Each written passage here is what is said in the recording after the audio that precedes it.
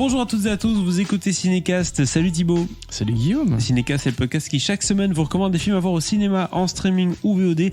Aujourd'hui, on va vous parler de Mona Lisa and the Blood Moon de Anna Lily Amirpour avec John Jong-seo, Craig Robinson, Kate Huston et Ed Skrein.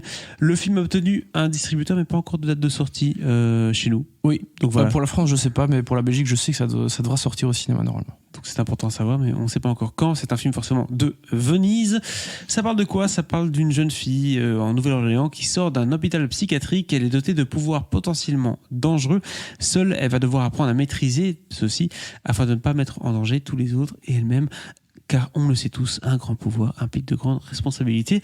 Alors avec un titre pareil, Thibaut, on ne s'attend pas à avoir un truc barré ou un truc fantastique. Pourquoi pas, tu vas se dire, ça va être un truc un peu sérieux, etc., avec une jeune fille ou autre. Non, ça a l'air d'être bien assumé ici, hein. C'est du fantastique pur et dur. Ah, on est dans du fantastique pur jus.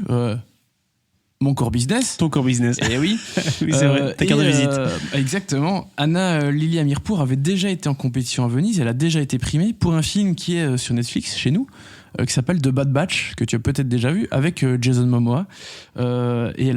C'était déjà son deuxième film. Et son premier film, A Girl Walks Home Alone at Night, était aussi très très bien. Et à chaque fois, les deux, enfin donc maintenant les trois, sont des films fantastiques pur jus, dans des styles quand même différents chaque fois. Mais voilà, petit à petit, elle se fait une petite place dans le cinéma de genre. Et tant mieux. Parce que c'est clair que c'est une compétition d'un grand festival, c'est beaucoup des drames, un peu des thrillers, mais voilà, globalement, c'est quand même beaucoup de drames. Et tu as des petites exceptions. Il y aura un film argentin dont on parlera prochainement, qui était une comédie pure. Et ici, on avait droit à un film fantastique qui, bon, évidemment, il y a toujours du drame, hein, donc c'est toujours facile de résumer, de cataloguer un film de par son étiquette. Film de genre, film fantastique, film d'horreur, genre, tu vois. Hein, alors, bon, il y a évidemment plein de choses qui se passent.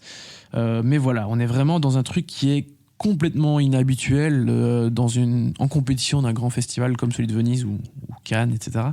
Et c'est vrai que c'est assez rafraîchissant de voir ce genre de trucs qui sont complètement beaucoup plus barrés, quoi.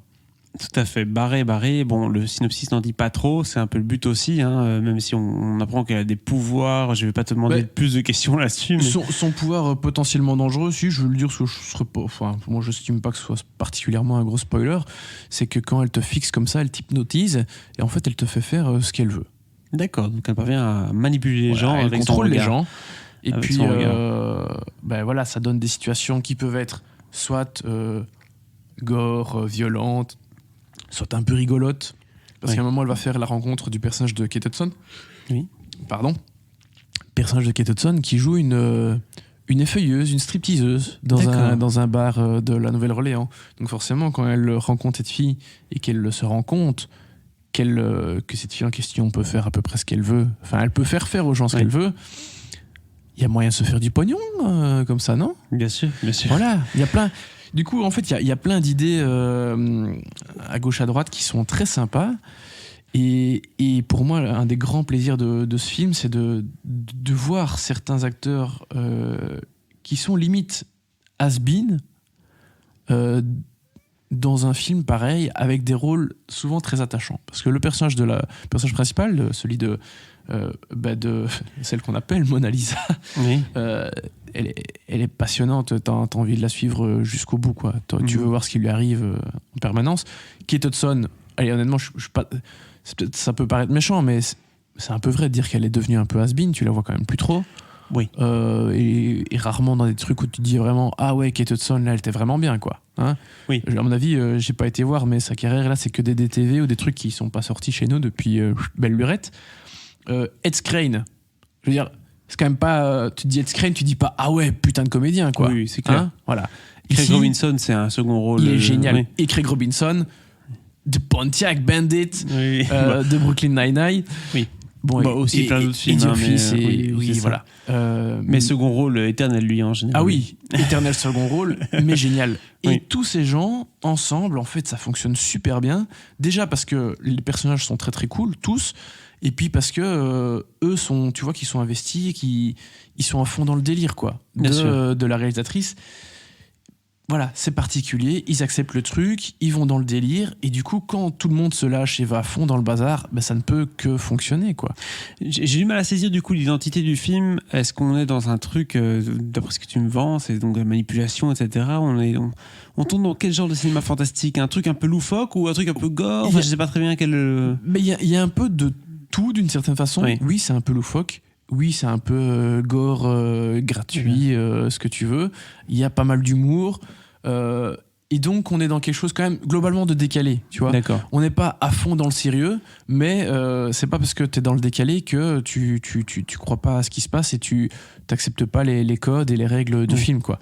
Tu te dis, ah non, j'y crois pas parce que c'est tellement ridicule que... Non, c'est bien fait, mais ça reste dans son cadre bien établi et du coup, bah, tu rentres facilement dans le délire, ça qui est assez cool.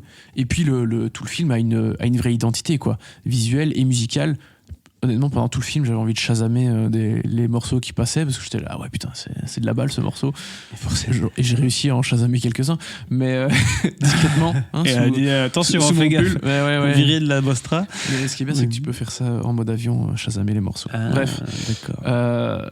Non, il y a une grosse identité visuelle, musicale du film. Du coup, voilà, t'as une vraie patte. Et donc, t'as pas l'impression de voir un film lambda.